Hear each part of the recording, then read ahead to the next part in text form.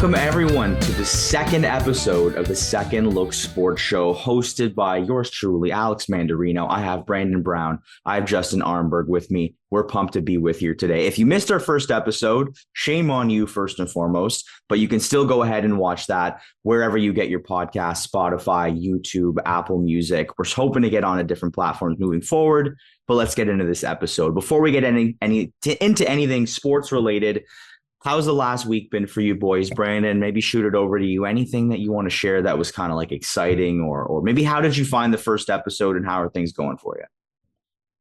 Oh, well, to answer your last question there, I had a great time on the first episode. It was great shooting some information around with you guys and getting some of our early takes and excitement going for Second Look Sports. And I think that carries over for today. I'm super excited to get back in the lab with you guys and kind of talk about some of the biggest stories happening in the sports world. But as far as for me, I'm just getting ready for that Christmas rush. Still a few gifts to purchase perhaps, and maybe some stuff still to get prepared for the big week next week, obviously the holiday week. So I've just been kind of grinding away, getting ready for that, and obviously back and ready to do it again with you guys today. Yeah. So for me, exact same, kind of underneath the Christmas pressure, I would say. I'm going to celebrate a little bit early with Sarah's family. But other than that, I don't know, this week has just kind of flown by. Like it just like kind of went by like in a couple of days, it feels like. I don't know, like, and also like sports, there wasn't, I don't want to say there was as much on the schedule, but it just felt like it was a little bit slower pace. Other than last night with a couple NHL trades, it just didn't seem like there was much happening in sports over the last week, in my opinion. But not to say that it wasn't a great week for sports, because there was a lot of events that happened, like the Bills and Lions that we said about. But overall, it was just a solid week, and I'm glad that we got episode 1 up, got it going. Hopefully we can improve, get better. That's what this podcast is all about, and I'll give it to you, Mando. Yeah, you're not necessarily wrong, Justin. Like, I feel like it was one of those weeks where things definitely happened, but we got a little bit spoiled the week before with a lot of stuff that went on, like namely the winter meetings. Like it was obviously MLB. We talked a little bit about it in episode 1, but we saw a lot of trades. We saw Juan Soto sign a big contract. Guys like Max Fried, like some of these guys actually signed. There's still some big fish out there. And as a result, we'll probably leave that to another episode to get more into the specifics. But there's a lot to talk to. We'll get to those trades. But yeah, in terms of Christmas, it's funny you bring that up, Brandon. Like I used to be someone who kind of left it all to the end. And I do feel like this year I've kind of locked in, and I only think I have one gift left to buy for like a Secret Santa type thing. So I'm feeling pretty confident. And although Canada Post is still, to my knowledge, I don't think they're delivering. Like I think they're still in the midst of sorting out their contract negotiation situation, and they're still on strike. I have like tried to avoid that and gone through a lot of the Amazon side of things, right? Like you got to be aware of this kind of thing, but I'm sure you guys will be fine. There's still a good like week or so left, so plenty of time to get out there. Oh, I'll be hitting a mall, I think, on Saturday. So I'm going to just avoid the Canada Post / Amazon's very reliable at this point, but I'm just going to avoid even the worry about having to wait for something and just go get it. I actually have a bit of a list, so I'm not like completely unprepared. It's just haven't gotten out to it yet, so I'm that typical last second shopper, I guess. I think you're going to be joined with about 2 million other people. Oh, there will be plenty of people out and about this weekend getting their last minute done. So for sure, no problem. I don't mind it though. It's a bit of a vibe. Like I know it's chaotic, but at the same time, if you go to certain malls, like let's say the Eaton Center in Toronto or something along those lines, it's fun. Like it's chaotic, but I think at the same time, if you know what you want and the stuff is there, maybe if you're going for something and it's missing, it's not that fun. But you get the rush, you get the Christmas music, you just kind of get like the Christmas atmosphere. So I'm on board. Do you just feel like you're in a Christmas movie or something, or? It definitely has that feeling. I think like if you guys remember the old movie with Arnold Schwarzenegger, Jingle All the Way, where he has to go and get this toy for his kid on like Christmas Eve or something, and he can't find one, and he gets into all the shenanigans. I feel like that's going to be me on Saturday or Sunday whenever I can get out. Hopefully it's not. Hopefully it's not. Hopefully you get what you need. Exactly. I think it'll be fine. It'll be a great Christmas. You'll have to keep us updated. Well, I think one present that Team Canada probably would love to rush order, or at least wish they purchased on the deadline of December 4th, was a guy like Zach Hyman of the Edmonton Oilers. So obviously, if you've missed it, this guy's been lighting the lamp in terms of at least goals perspective over the month of December. So if you've missed it, Four Nations got announced and Team Canada announced the rosters December 4th.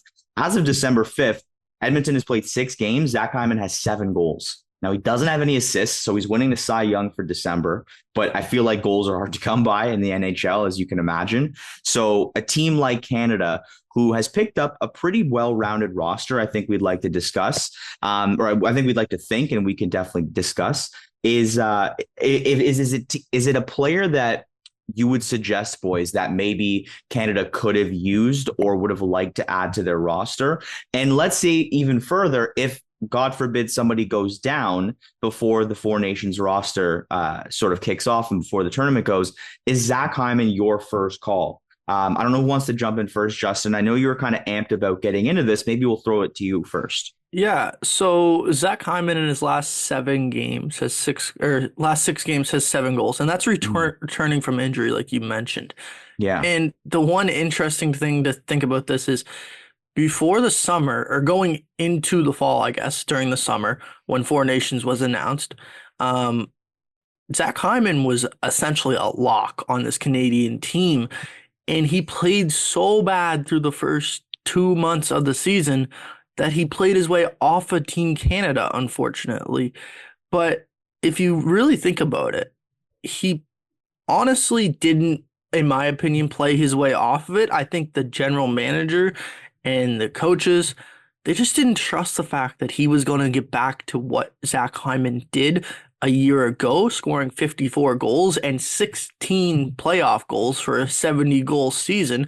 16 playoff goals is crazy. It's 16 goals is good for a season alone. So I don't think the general managers and the coaching staff really trust the fact that he was going to get back to that level. I think they thought it was a one-off where he just was going to have that 1 year. But Zach Hyman is such a great net front presence. It's incredible to have. And he has such great chemistry with Connor McDavid. I think that's going to be a real loss for Canada at the Four Nations. And I think that Zach Hyman is proving to himself, hey, I know I'm still at this elite level. Maybe they don't believe it, but I think I can be the first guy they call if something happens to one of the other players. You don't want to see injuries, but injuries do happen.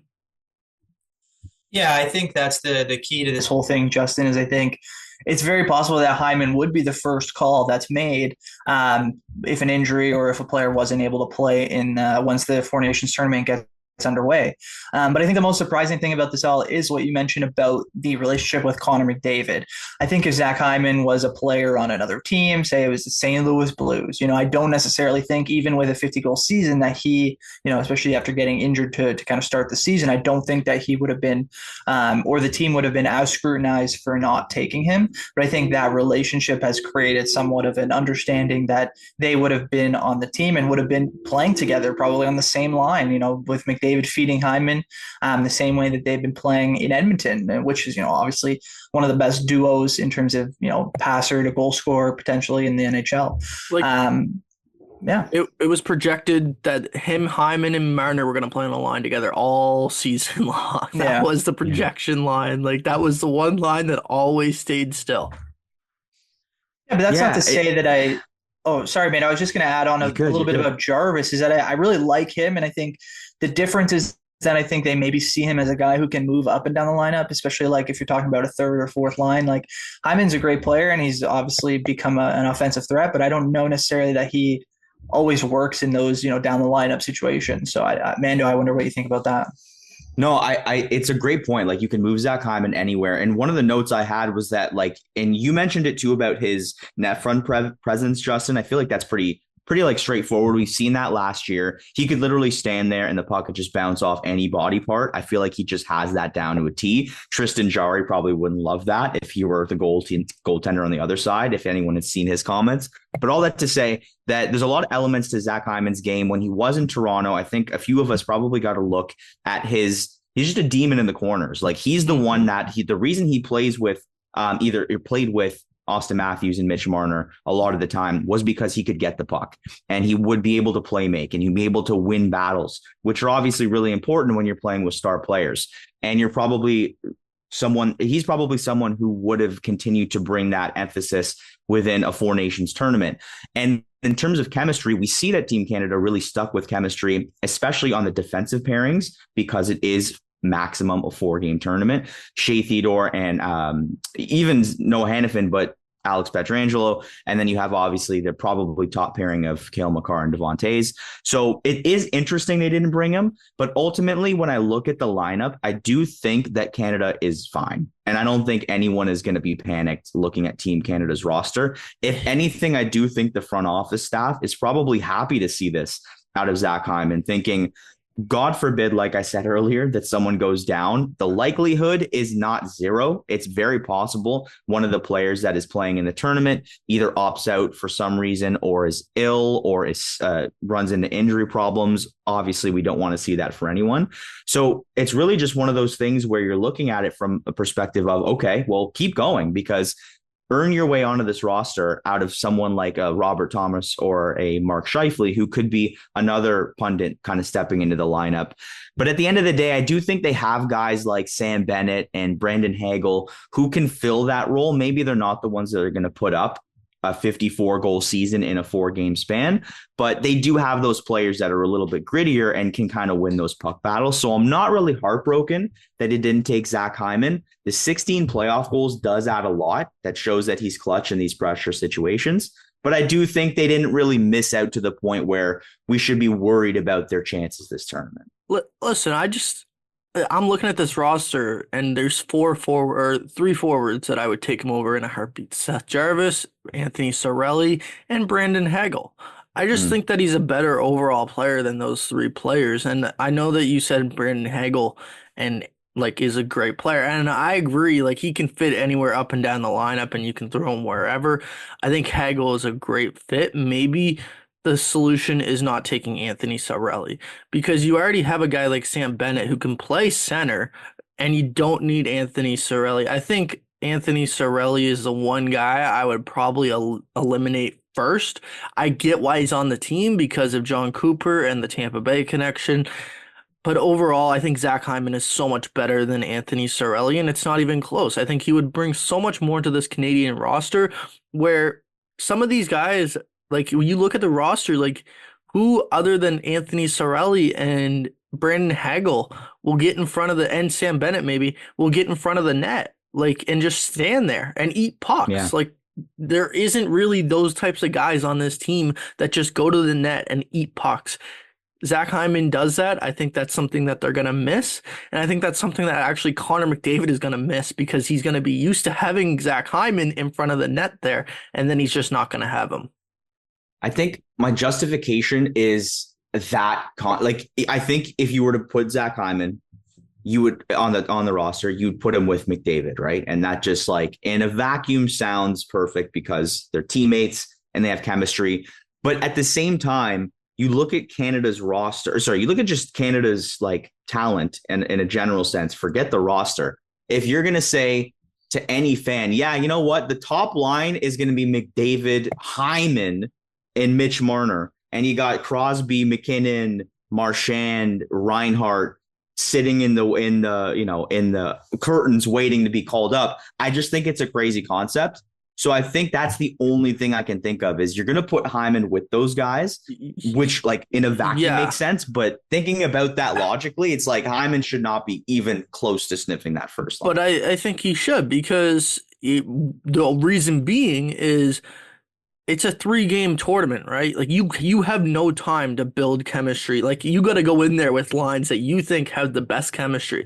Like, we're thinking Crosby, McKinnon, they're going to have chemistry right away because they play together. And Marchand, they're going to play together. They play together in Nova Scotia in the offseason. They train together. They always do stuff together. That line is expected to have a chemistry. I think going into it, McDavid's going to probably McDavid might not struggle, but other players might not know how to play with McDavid. And having Hyman on that line with McDavid, he knows how McDavid plays. He knows his tendencies. He knows what to do in certain situations. I think for Canada, that's very important for a 3-game tournament where you cannot lose. Like, you cannot lose to start the tournament. Yeah. And I think that's very important for chemistry to have Zach Hyman on that first line. Yeah. We'll see what the first few games look like. And obviously, everyone knows the minute Canada drops a game, there's going to be questions of who was missed or who could have added or why wasn't this goalie in net, right? So it's going to come to fruition one way or the other for sure. But from one winger who's having a pretty hot streak to one who's maybe a little bit colder this season and hot in the press, who was just traded, is Kaapo Kakko. The winger from the New York Rangers, after his comments about Coach Peter Laviolette about being scratched a few games ago, he was traded, if you missed it, last night. So that would be Wednesday evening to the Seattle Kraken exchange for defenseman Will Borgen, plus 3rd and 6th round selections in the upcoming 2025 NHL draft. Probably writing on the wall. I don't think we necessarily thought this was a crazy move. And someone like Will Borgen, to my knowledge, was on the trading block in some aspects. Elliot Friedman had mentioned a few times that he was a defenseman that might be moved. Right-hand shot, 6'3" defenseman. He only makes $2.7 million a year. And obviously we see that the Rangers had lost Jacob Trouba a few weeks ago to a trade in a very similar sort of like blowing up fashion in terms of the New York Rangers. So any thoughts just on the trade? Brandon, I'll go to you. Like, anything that kind of popped out, and really, where is New York going at this point? Yeah, well, I think it's pretty obvious at this point that the Rangers had put themselves in this kind of position, obviously, with the kind of drama surrounding the Jacob Trouba incident. They were able, obviously, to move him out, and that created a bit of a hole in their defense core.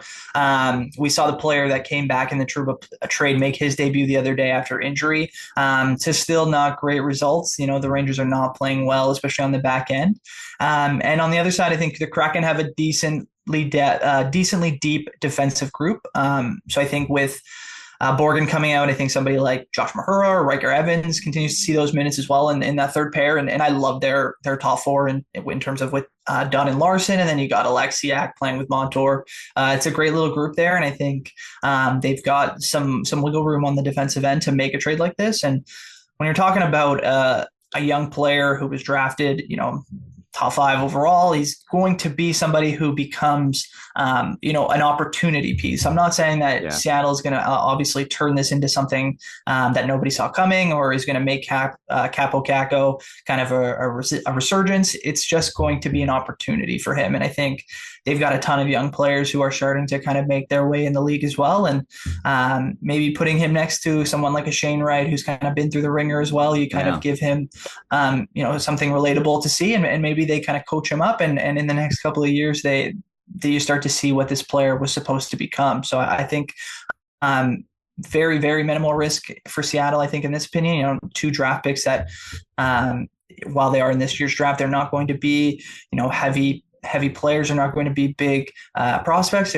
They're going to give the Rangers an opportunity to continue to build their depth. But I think Seattle's in a very good spot where they can afford to give up a couple of mid-round draft picks and try to bring in a player who can potentially help them on offense, over the next couple of years for sure. Definitely. Listen, I'm looking at the Rangers side in this deal, and it is a complete mess in this locker room. Like, a complete mess. Like, Kaapo makes these comments after getting healthy scratch. Obviously, he needs to go. Like, you just cannot have him come back into the locker room after saying there's other players that are playing worse than me, and pretty much I should not be scratched. It's just because I'm the young guy, and that's what it's easier to do. Listen, I understand that he might be upset that he got healthy scratch, but he's the former 2nd overall pick that has, let's be frank, he's a bust of that pick. He only, in 330 career games, he only has 61 goals, 131 points with a career high of 18 goals 2 seasons ago. come on. Like this guy, he's not proven to be that elite player that everyone once thought he was. And I don't think in Seattle he's going to get there either. From the Rangers side, though, how much more damage can this locker room take? Like, Yeah. they're now struggling massively. Like, they have lost 11 of the last 14 games, including losing twice to the 32nd team in the NHL for that day, which was two different teams. They're not good. Like, they're really not good. They're 15-15-1 now on the season. They're 3 points out of a wild card behind the Ottawa Senators. Like crazy to think about that. But the New York Rangers right now are just reeling. Like, they're on such a downward swing. It's not even funny. I think that this locker room is going to have another massive trade in the next month. I think Mika is going to be the one to go next. I really do. But I look at this locker room, like, no one wants to seem like they want to be a New York Ranger right now. Like, the whole locker room is just disjointed. Like, is Laviolette's time over in New York? Like, has he ran his course? Like, do they need a new fresh of breath air? No, I Breath of fresh air. There it is. You're on a heater. Breath of fresh air. Yeah. Breath of fresh air. But, like, seriously though, like, I don't think Pierre Laviolette's getting his message across like he once did. That they were saying Gerard Gallant wasn't getting his system into place. And that's why they fired him. Maybe it's time to bring in a guy like Joel Quenneville. And I don't know. This Rangers deal, though, to me, it reeks of bad locker room vibes right now. And they're just trying to cover up whatever they can and ship out whoever makes the next comment. So maybe if you want out of New York, maybe if, like, you realize this team is just going to the dumpster fire right now, you just make a comment and say, hey, I hate my play right now, because you might just get traded, and that might be the best thing for your career. Yeah. Yeah. It's a weird place to be. And I think what was interesting to read was Emily Kaplan reported this yesterday, that the Rangers had a closed door meeting. Multiple players suggested that they were super frustrated with general manager Chris Drury, it really is. You detailed a lot of it there, Justin, but, like, I think a year ago, 2 years ago, Chris Drury, you could look at him at some of the moves he was making, and everyone was just praising how successful of a GM he was. Younger GM, to my knowledge. I know he was dominant when he was playing in Buffalo, won a bunch of things when he was growing up playing sports at the different levels. And so seems like he knows what to do to win. Smart mind, making good moves. And then all of a sudden, it does feel like there's just something stinky going on there. I don't know what it is. But 100%. You have, the goaltender that's obviously plugging every single hole for the most part. I saw a couple of back checks for Mika Zibanejad over the past couple games. Just doesn't feel like his heart's in it, right? He's one of many players. And Kaapo Kakko is just the next one on that list. And he needed a fresh start. We talked about it here. And hopefully, Brandon, you're right. Like, we see maybe some transition in his game. And I was thinking the same thing about Shane Wright. I mean, there's two guys who are weirdly, like, just not performing, top 5 draft picks. Shane Wright always had this chip on his shoulder the minute he was drafted. And you know all about this, Justin. You probably felt that glare in your soul when you were watching that draft. Yeah, and I said the he Montreal was a bench. At the moment. I said, Yeah, I mean, look, he was dropping, I think, on a lot of people's draft stock throughout that season. He kind of was having a bit of a tail off. And I look at that draft, funny enough, not his draft, sorry, the 2019 draft with Kaapo Kakko. Hughes went first, Jack Hughes, Kakko. You got Kirby Dach, Bowen Byram. But I just look at that first couple of picks, and people were like, oh, Jack Hughes is a bust. And then 2 years later, he shoved it right in their face. Yeah. And then Kaapo Kakko is now traded to the Seattle Kraken. Weird situation.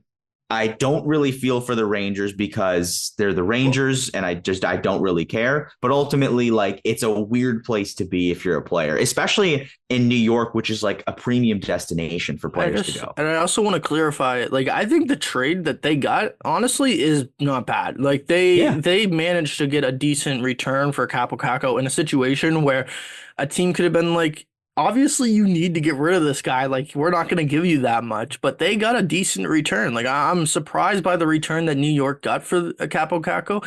But like you said, it's just the moves that Chris Drury's making time after time now that have players just wanting to leave because they don't even know if they're going to be traded or not, because like we saw what happened with Jacob Trouba, pulled his no trade clause right from underneath him and threatened him by putting him on waivers. I don't think anyone really wants to play for a general manager like that right now. And I think that is their biggest problem, is maybe every player is maybe scared that they're going to be the next one to go and not have a choice in the matter of, hey, even if you have a no trade clause, we still are going to move you. No, yeah, Laviolette, it's tough. He's obviously been in the league for a while. He's one of those like coaching carousel products. But you said Quenneville, that would be really interesting. I know he's sort of been touted to go, I think, a couple of different places. They're not coming to mind at the top of my head, but that would be an interesting name to pull, right? And you wonder what the relationship with Chris Drury would be, if there is one there whatsoever. And I guess Laviolette, I don't necessarily know if he's a player's coach. I don't think Quenneville is much of a player's coach either. I could be completely wrong. I'm not in NHL locker rooms. Normally you find this roller coaster. You go from a player's coach to a little bit more of a traditional style. So I wonder if that would fit with like that timeline. But I think at this point, it's just like all hands on deck. Something needs to change.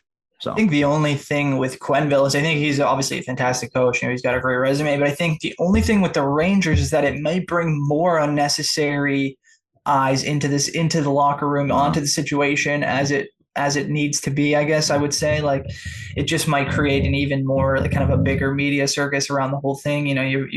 The team's been terrible, then you make trades and you fire the coach and you bring in a very controversial coach, and I think it would just create an even bigger storm around the whole thing. But I don't disagree that they probably will need to make a change behind the bench at some point too, to go along with some of these roster personnel changes. But I don't think it should be anytime soon. I think Chris Drury's shown he's already kind of enough.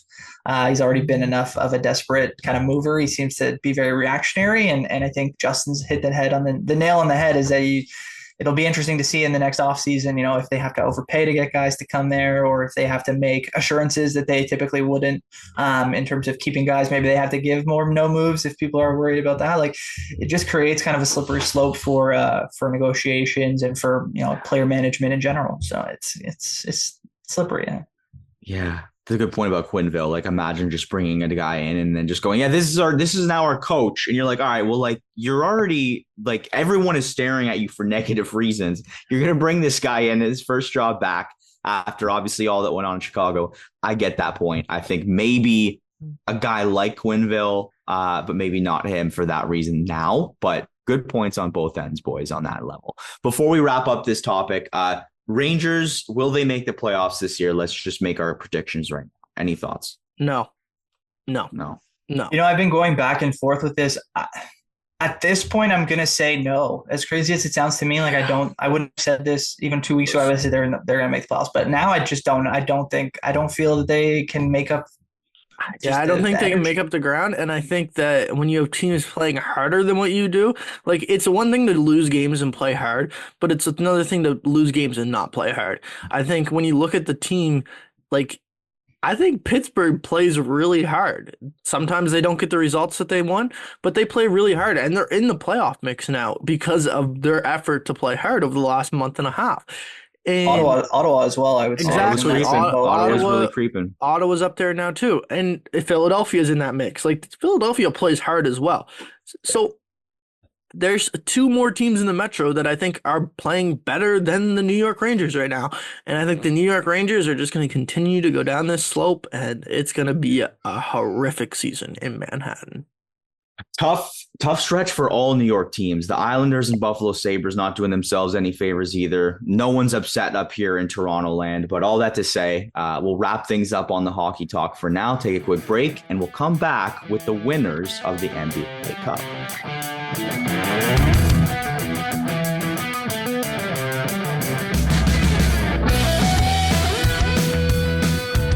Welcome back to the next segment on Second Look Sports, episode 2. I do think after talking about GM Chris Drury on an NHL perspective, maybe we can get someone like Brandon Brown here leading the New York Rangers, because he seems to know a thing or two. If you listen to episode 1, it was either cheering from the press box or taking a second look. I think we were talking about Giannis and the Bucks performing well in the NBA Cup moving forward. And that's exactly who took the NBA Cup this past weekend. Milwaukee Bucks taking down the Oklahoma City Thunder 97-81, winning the cup. And I guess it could be this really exciting moment for the Milwaukee Bucks. I'm sure when they won the NBA, the actual Larry O'Brien championship a little while back, the trophy itself, I should say, they're probably a little bit more excited. They actually opted not to even pop champagne. I was reading an article from Zolfi on Sportsnet, and he was even talking about how there was champagne set up for the Milwaukee Bucks. They said, we're just going to leave that. We're going to save the champagne for the actual NBA championship this coming June, which is shades of not touching the President's Trophy or anything like that, or any of the conference trophy winners, right? When the NHL kind of goes, I'm not even going to look at it. I'm not even going to sniff it. We've seen that happen in the past. So, Brandon, I'm going to go to you to first on this one. Thoughts on maybe just the NBA Cup in general? Was it awesome this year? Was it like something that you think the NBA sort of would consider it as a success? And any thoughts on Giannis kind of putting together another MVP season if Jokic didn't exist, I guess? Yeah, I mean, first off, I want to say I loved the choice to not, drink or open any of the champagne and beers. Yeah. One thing I that absolutely loathes me about the MLB is that they will pop off after making the playoffs as if they've won the World Series, and then for some of those teams, three days later they're actually out.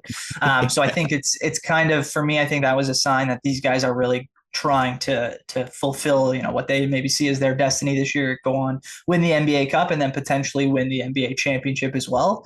But for the Bucks, I think it was just important to see on this type of stage, to see Giannis and Damian Lillard playing as well as they did together. I think that those two guys are obviously going to be the key for the Bucks once we get to the playoffs and facing off against teams like Philadelphia or the Knicks or the Boston Celtics, teams that have all-star caliber players, and they'll need to be all-stars because in my opinion, the Bucks just don't have the type of depth that some of those other teams have. Mm-hmm. But for when Giannis is going, he is, to me at least, the best, maybe the 1A in the NBA to Nikola Jokic, because he's just such a dominant player.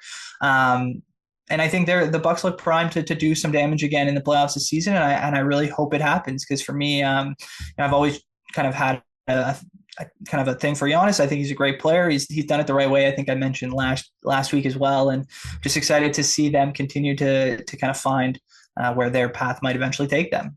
Listen, I just have to go back on your point for 1 second. Did you really say they're going to match up potentially against the 76ers? Come on, man. They're out. They're done. They're over. Their season's over. The NBA is weird, man. If Joel Embiid for some reason can actually get his health together and play maybe 40 of the last 50 games, like that's probably not going to happen. But they could potentially be a play-in team that maybe makes the first round, and you're going to see the Bucks in that 1 to 4 area. So it's not out of the realm of possibility that they could match up. But I totally get what you're saying. I'm still stuck in yesteryear, I guess, with the 76ers. Yes, yeah. Okay, so I wanted to go off your point. I think the Bucks are a threat, and after watching them and they're turning their season around, I really think like they're just missing one piece. So I wanted to bring this to the pod.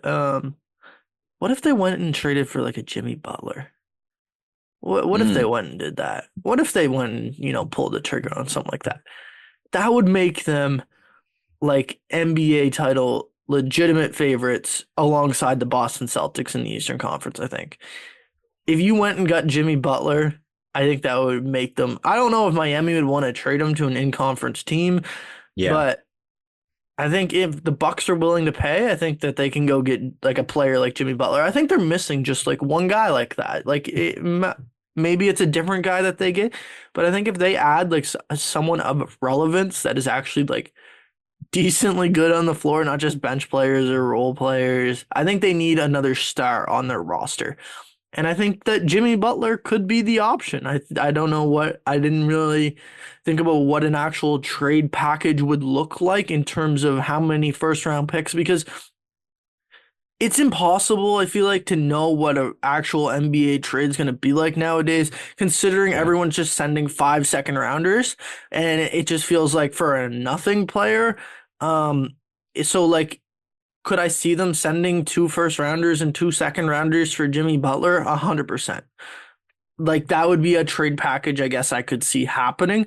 But Jimmy Butler to the Bucks is something that I would keep my eye on, and something that I think would make the Bucks legit contenders, because they are a threat at this moment. They're just not legit in my eyes.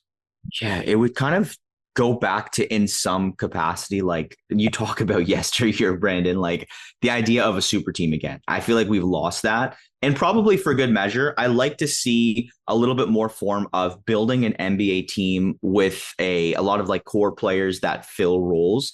I look at teams like Oklahoma City. They're very young, but with Shea obviously as your main guy, with Lou Dort as a defensive stalwart, and then with Chet when he's healthy, putting up a lot of rim protection, like you have sort of a well-built team. And it's good to see teams like that succeed, whereas we're kind of in the era where you're not necessarily building the big three. And if you are, we've seen how the Phoenix Suns have done it. It hasn't necessarily worked, right? So it'll be interesting to see if that does actually happen. But the in-conference aspect's probably something that would stop it, if anything, Justin. Like if I were to put my money on it, that would be the only thing that probably would lock that in. Jimmy Butler's interesting. He's played a little bit inconsistent at times. I think of late, it seems like he's picked up back the slack. Now he is aging a little bit. He has had some weird locker room issues with some teams in the past, but at the same time, by all accounts, every time I seem to look at him, like, you know, he's obviously, like, every time he takes his picture for like the season, he's got a different hairdo. It seems like he's always laughing and joking around for the most part. If you're a Christmas fan, he's in Office Christmas Party, the movie, in a random cameo. So it feels like as a human being, it seems like he's a great add on a team that already has an incredible person like Giannis Antetokounmpo, who is one of the faces of the NBA. If not one of the main like top guys in terms of like a branding perspective of the NBA. So it would be interesting to watch that.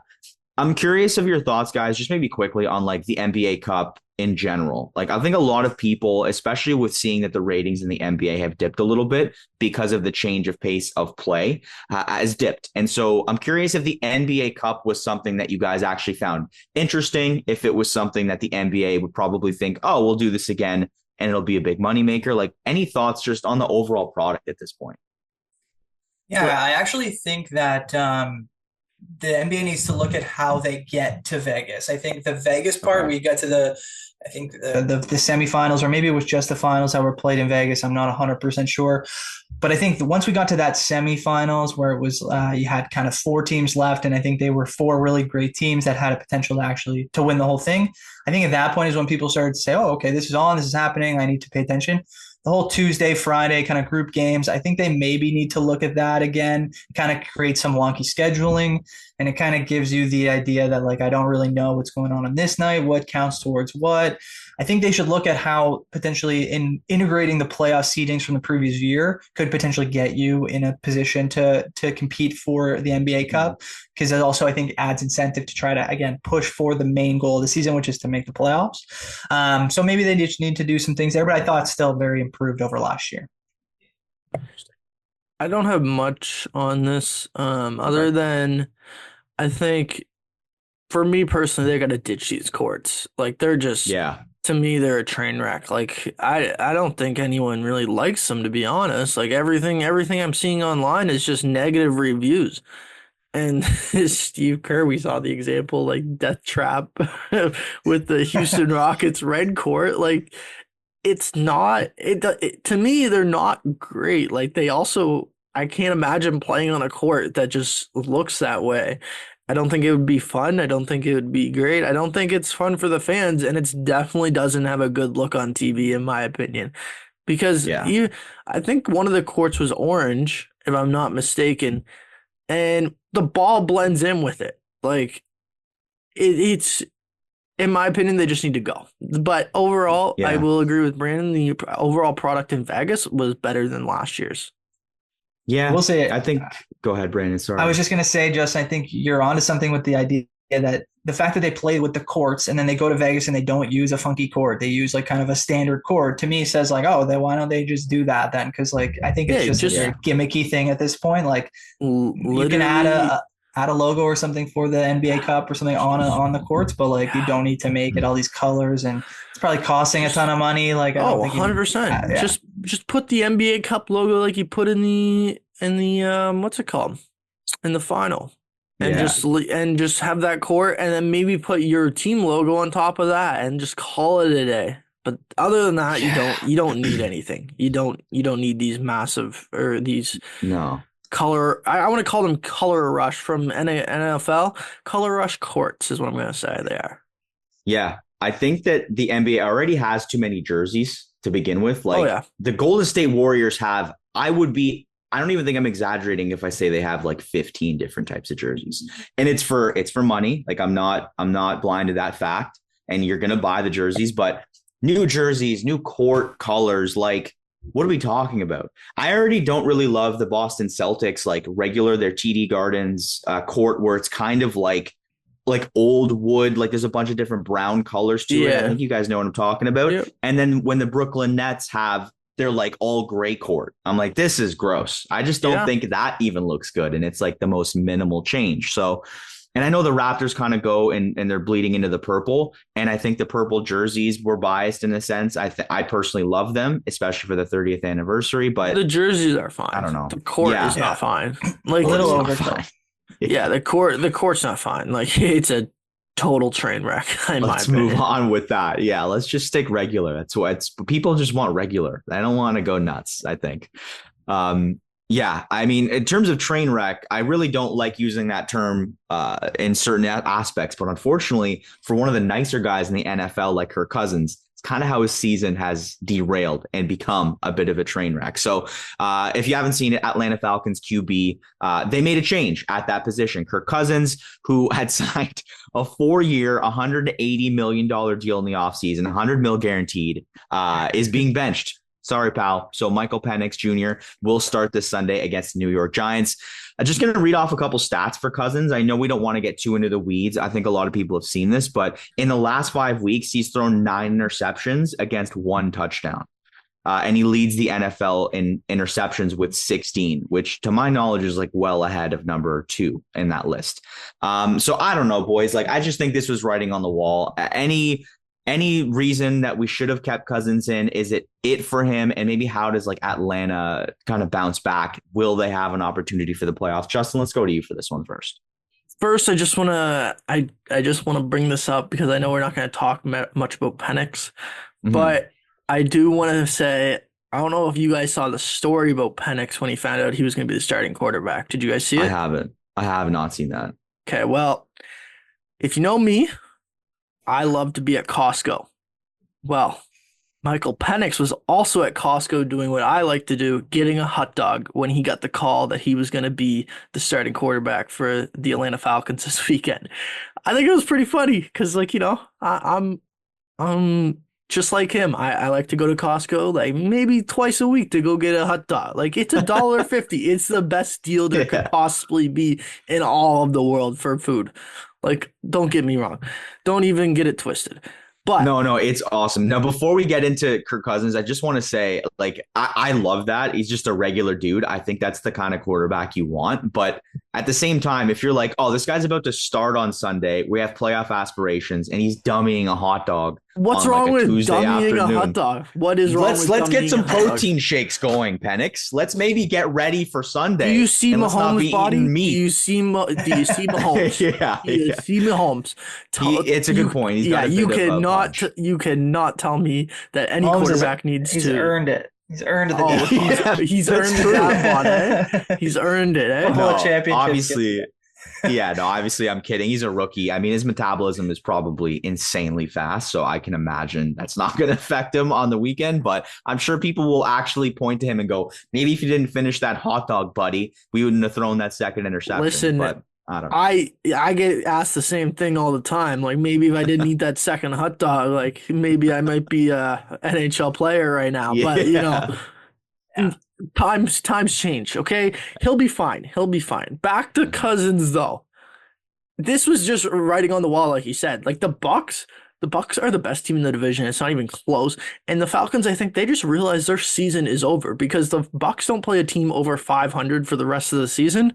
And I think the way that they're playing, the way that they played the whole year, even when they were through injuries, I think the Bucks are just going to run away with this division. So for the Falcons, I think it's a time to really just like see what you have with Penix. Like it's maybe I think that they go back to Cousins to start the season next year. If he has a strong camp again, maybe it will be a QB battle. But I do think that with the season, way the season has gone, I don't think it's more so like, hey, we don't believe in you, Kirk, anymore. It's more so for Penix. We want to see what we got with you. We drafted you 8th overall. We got made fun of for drafting you 8th overall because we already just signed Kirk Cousins.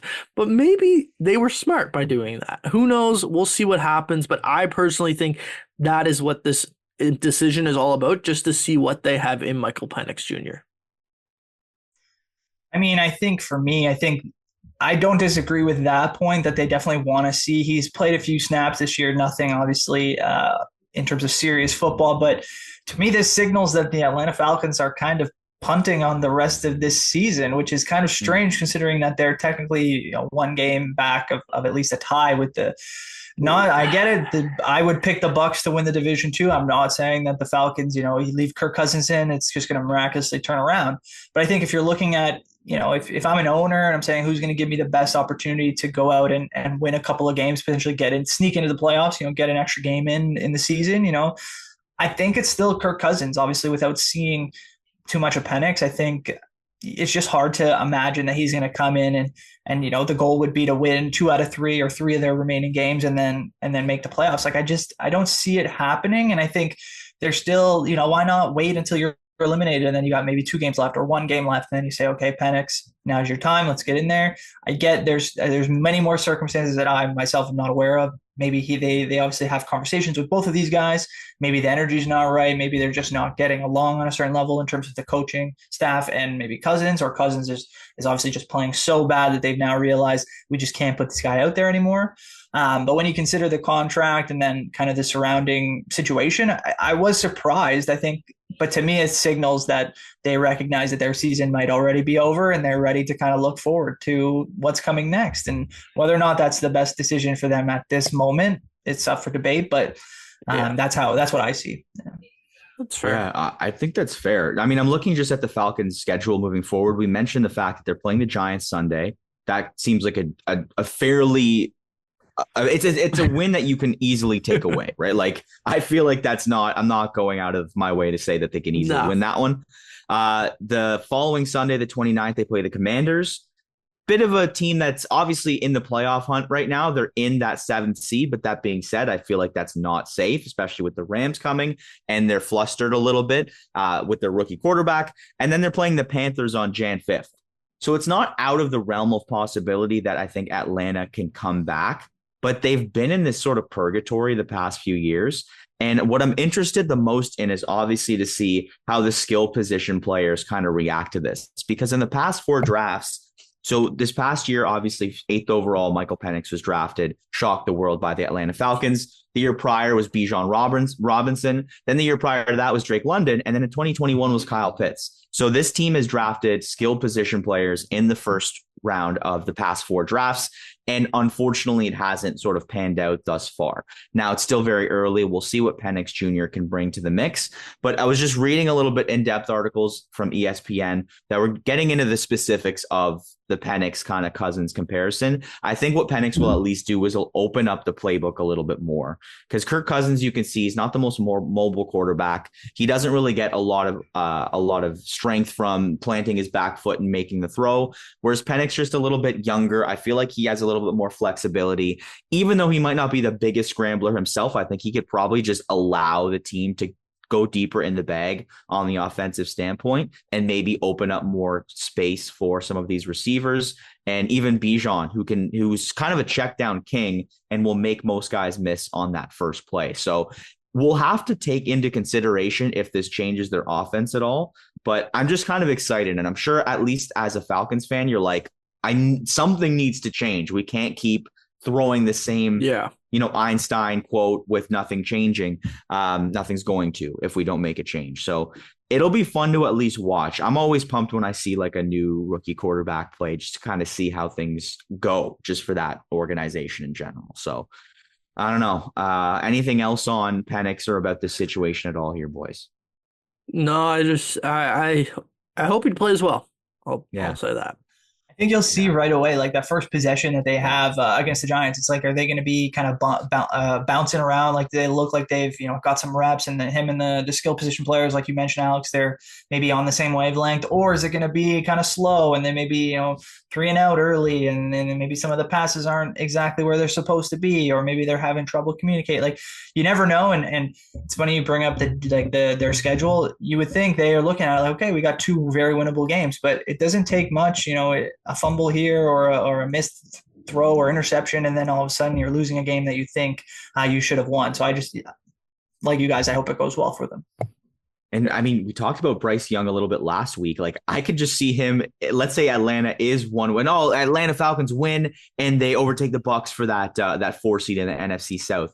It's like, okay, well, Bryce Young's probably going to go in there and say, I'm going to play spoiler. Like, I got to earn a contract, or not earn a contract, earn my starting role and earn a little bit more of respect back from this year. So, hey, what do I know? That could easily end. Now, just quickly before we move on, Kirk Cousins is actually the second highest paid player in NFL history. He's just like swindled multiple teams. So first is Aaron Rodgers. He's made $331.7 million over the past 12 years. So like, good for him. Like, He's a benefit of the Kevin O'Connell system. He benefited from that. Like Kevin O'Connell has turned Sam Darnold into an elite level quarterback. Like Kirk Cousins was a middle of the pack quarterback for a lot of years, and then he excelled very well underneath Kevin O'Connell. And you have Justin Jefferson, so that kind of helps as well. There's talk about another quarterback that probably deserves pay, but we can save that for another time. Let's take our first break from this specific topic and get into our first segment, which is taking a second look. So if you missed last week, what we do is we like to take a second look at a player, team, league, fan, anything around the sports that deserves a little bit more of a bit of a research and an investigation moving forward. What player or league or team deserves to be looked at for how they're performing, or maybe how poorly they're performing in a particular league or system. I'm going to actually kick things off, boys. I feel like I'm just so psyched about mine because taking a second look is Macklin Celebrini. Look, I'm a homer. All right, boys. Like, I like the San Jose Sharks for whatever reason. Macklin Celebrini has 22 points in 22 games. And the fact that he's even in contention after being injured after game 1 of the season for Calder Trophy voting for Rookie of the Year, I think is a little surprising. The guy is one of the smartest players in the league. And I'm going to say that right now. Already. He's going to be there if he's not there already. Maybe I'm getting ahead of myself. I think a few days ago when he played the Jets, he had a great no-look pass. And he had a great, so that pass was to Mario Ferraro, and then he had a great no-look goal. So he took the feed from Jake Wallman, stepped in, backhand right through Connor Hellebuck's legs. That's your Vezina Trophy winner. Second winner second no-looker of the year. Yeah, it's unbelievable. Like, the goal itself was fine. I'm not going to sit here and say it was his best goal. It sort of was a seeing eye puck that snuck through Hellebuck's legs, but that is one of the number 1 teams in the NHL, and the Winnipeg Jets. They lost in the last few minutes, but they're here to stay. I think Jake Wallman has said this team it looks different this year, and we're kind of building something. And I do just think Celebrini right now, unbiasedly would probably be, I don't know if I would give him the Calder right now. I do think Wolf and Matvei Michkov are making big pushes. If I were to vote, I would probably say he might take it in a slight edge just based on recency bias and how well he's performing. But I think people should take a look. I know it's West Coast hockey. It's hard to kind of keep up with that, especially on the East Coast, but keep an eye out for Celebrini. This kid's coming. Okay.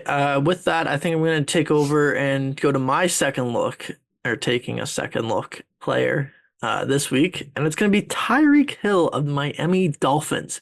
Okay. Did you guys see what he said on X yesterday? X Twitter. Yes, I Everything did. happens on there. I missed that, actually. What did he say? Really? Well, he said, "It's time for me to go, coach." Okay, Interesting. really? It's time for you to go from Miami? Like, okay, this guy, and I'm not going to sit here and say that I didn't think, like, coming into the season, Tyreek Hill was like my number 2 receiver in the entire league, probably behind Justin Jefferson. And Ja'Marr Chase is number 3, but like, it's just crazy to think that we're at the point in his career already where I'm saying his prime might be gone, guys, because these stats from this year Oh, are yeah. not great. 67 receptions, tied for 21st in the league. 805 yards, tied for 24th in the league. 5 touchdowns, tied for 32nd. And he's had Tua for a good portion of this season, and he's just not performing. He is just not performing at all. So I don't think it's just Tyreek. I don't think it's just Tyreek Hill not getting the ball. Like, I think it's maybe just, you're aging and you're starting to go over the backside of the hill. And Tyreek Hill, it might be the end for you. Like, your best days might be behind you, unfortunately. You might not beat Noah Lyles in a race. You might not be, you might not be the best receiver anymore. But that's the player I'm taking a second look at, because to say that you need out, it kind of feels like an Odell situation where you're actually the one not performing well, and the team is just going to say, okay, we'll get rid of you, but we'll see. Speaking of Odell, I think he just got cut this week Yeah, too. he did. So that's He just did. taking strays again. But I get it. I get it. Fair enough. Yeah. We'll take a look. Brandon. It's tough in Miami for sure. I'm going to stick in the NFL as well, Justin. But I'm taking a second look at a head coach, and that head coach is Saints head coach Darren Rizzi, for making a decision that to me was completely inexcusable in terms of deciding to go for the win with a 2-point conversion attempt this weekend against the Commanders, in which they failed and lost the game by a single point. Now I want to just quickly break down the situation. The Saints are down by a touchdown. They're driving at the end of the game. They get down within the red zone, and they score with no time left on the clock. And they could kick the field goal and say, we'll play for overtime and we're going to continue this game. We love football. We want more football. Instead, they decide we're going to try to win this game. We're going to be sneaky. We're going to try to pull off a cheeky play where Spencer Rattler runs to the near the goal line on the sidelines, and he tries to make a quick pass, and it just doesn't end up working. And the Commanders take the game and helps them, continue their push to the playoffs. And to me, we've seen the analytics play. They probably suggest that you go for it. You try to win the game there. But guess what? If you don't win the game there, you lose the game there. And I think you got to take the points. You got to get to the overtime. If you're going to say it comes down to a coin flip, well, you're basically putting out a coin flip when you go and try to win the game in the last second play. If anything, it's harder to score in the red zone, especially when you're down 2 or 3. If you're not going to run, you're going to throw a pass play. I think you're just setting yourself up for, the biggest type of disaster. At least if you get to overtime and you lose there, you did everything that you could to kind of make it to the last moment. I just hate kind of being the reason that you go out and lose the game when you had a chance to win it. I know a lot of people won't agree with that, but I think, anytime you can take the points, I've always been a proponent of that. You're not really going to ever see me say, go with the analytical play. I know the ball's in your hands, but to me, it's just you play to keep playing. You play to give yourself a chance to win. And I think you never want to be the reason that you lose, if that makes sense. Yeah. So that's who I'm taking a second look at this week. Fair enough. And the Saints are not a fun team, so they can't mask themselves as a fun team and try and go for it. That's the way I look at it too. Awesome. No, good stuff, boys. We'll just do. We didn't get a chance to do any of this last week, excuse me, but we'll take a quick second to sort of look at some quick hits. Things that we should kind of look out for from a perspective of looking ahead this weekend. Justin, we'll go to you first, Brandon. If you have anything that you're kind of looking forward to this weekend in terms of games, sports, things like that, we'll go to you next. Justin, what are some quick hits we should keep an eye out for? So first, we have the World Juniors coming up. We won't be releasing a podcast next week, so it'll be January 3rd. So we'll be in the midst of World Juniors. And by that point, will already be in the knockout round. And let's just be honest, guys, this Canadian team is not as good as what it could be. I think there's some players that got left home that could be on this roster. Like, hey, Michael Misa, who's on fire, projected top 5 pick this year in the NHL draft, and Zane Perrick, Carter Yakimchuk, Beckett Seneca. Like, there's the list goes on of top end talent that just got left home this year at the World Juniors for Canada, and I'm very shocked. Personally, I don't think they're going to win because of the roster that they took. Like, I just think when you leave that much talent on your bench at home, I get like maybe they took the plan from the Four Nations and was like, oh, we need to build a roster like up and down the line with guys that will fit here.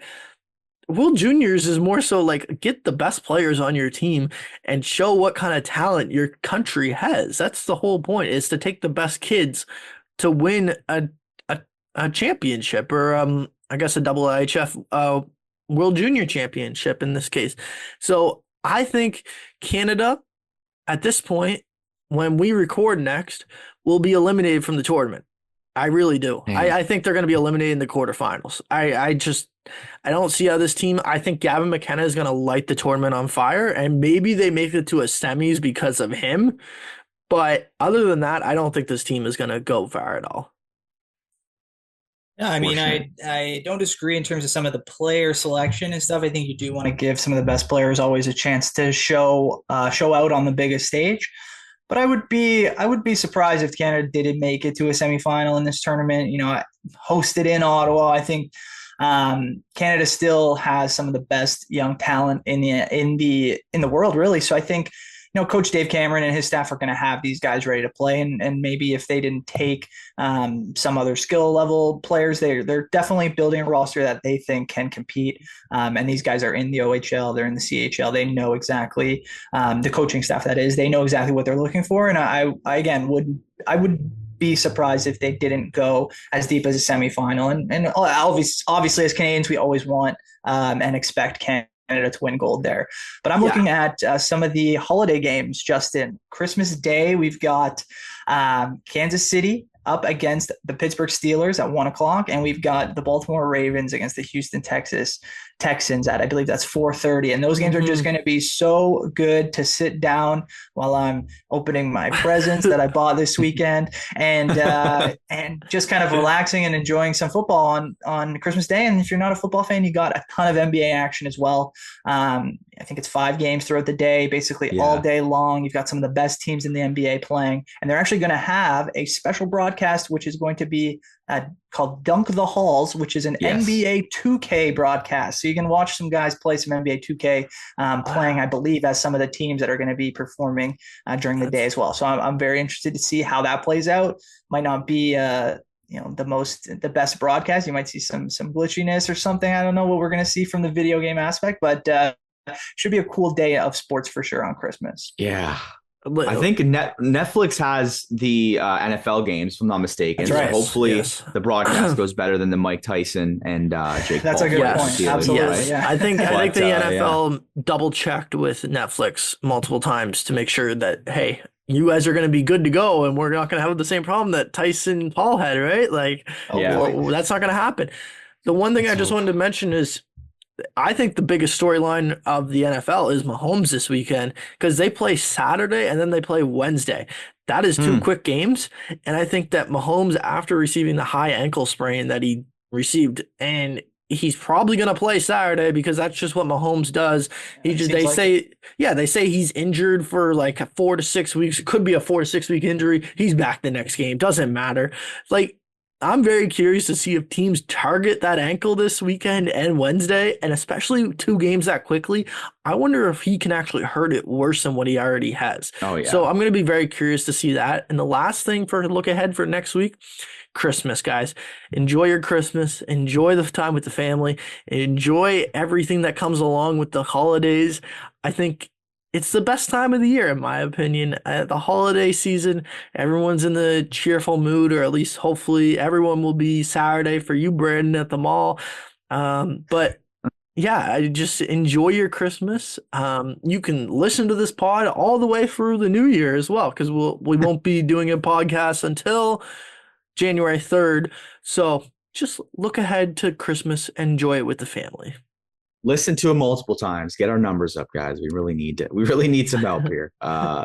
We'll do a quick segment here. Let's try and make it like 30 seconds or less. Cheering from the press box. Who are we sort of cheering for moving forward? So I think I'm going to just go quickly. I'm going with the Buffalo Sabres, boys. Like, it's just a detrimental franchise. They've lost 11 straight. They lost 6-1 to the Montreal Canadiens after owner Terry Pegula met with the team. They missed practice to talk about the answers in this room. Guess what? The answer is not in this room. It's not even in the stratosphere of Buffalo. And I love Buffalo fans. They deserve better. And honestly, it's just horrible there. They're lucky they have the Bills. I really hope they turn around. Not Friday, as they do take on the Toronto Maple Leafs in KeyBank. That place is going to be rocking. I've been there for Leaf games when they play in Buffalo, and it's completely Leafland. So hopefully they drop one more, and maybe they pick things up in Boston on Saturday. Listen, I have to go with the all-Canadian Curtis Rourke, who I'm cheering for from the press box. They take on the Indiana Hoosiers, take on Notre Dame tonight because it's Friday now. They're going into this as an underdog, but I think they're the one team out of the college football playoff that can actually upset who they're playing this weekend. The rest of the weekend also has the first round of the college football playoffs that is Texas, Clemson, Tennessee, Ohio State, and SMU and Penn State. I think it's going to be a great weekend for college football playoff, and it's going to be the first time that we're ever going to see this type of tournament or playoff happen in the college football. So I'm really excited, and I hope that Canadian Curtis Rourke makes a statement, because he already finished 9th in Heisman voting this year, which is kind of incredible, and I think that he can go in there and make another statement this weekend. I like it. Quickly, I'm cheering for Joseph Wall, the Toronto Maple Leafs goalie, strung out. He's going to be starting the majority of the games now, and that's very scary for Leafs fans. With Stolarz out and the injury issues that we've seen in the past, if we lose both of these guys, it's going to be an absolute difficult time to get out of that. So I'm just rooting for him. Played a great game against Dallas, and we'll just continue to see and hope that he can do what he's done in the past and stay healthy, at least for the boys in Toronto to make a run. Let's go. I love it. Let's see how that turns out. Everyone have a great Merry Christmas. Happy holidays. Thank you for listening to episode 2 of the Second Look Sports Show. We'll come back to you on January 3rd. Like, subscribe, listen everywhere you get your podcasts, and we'll see you next time.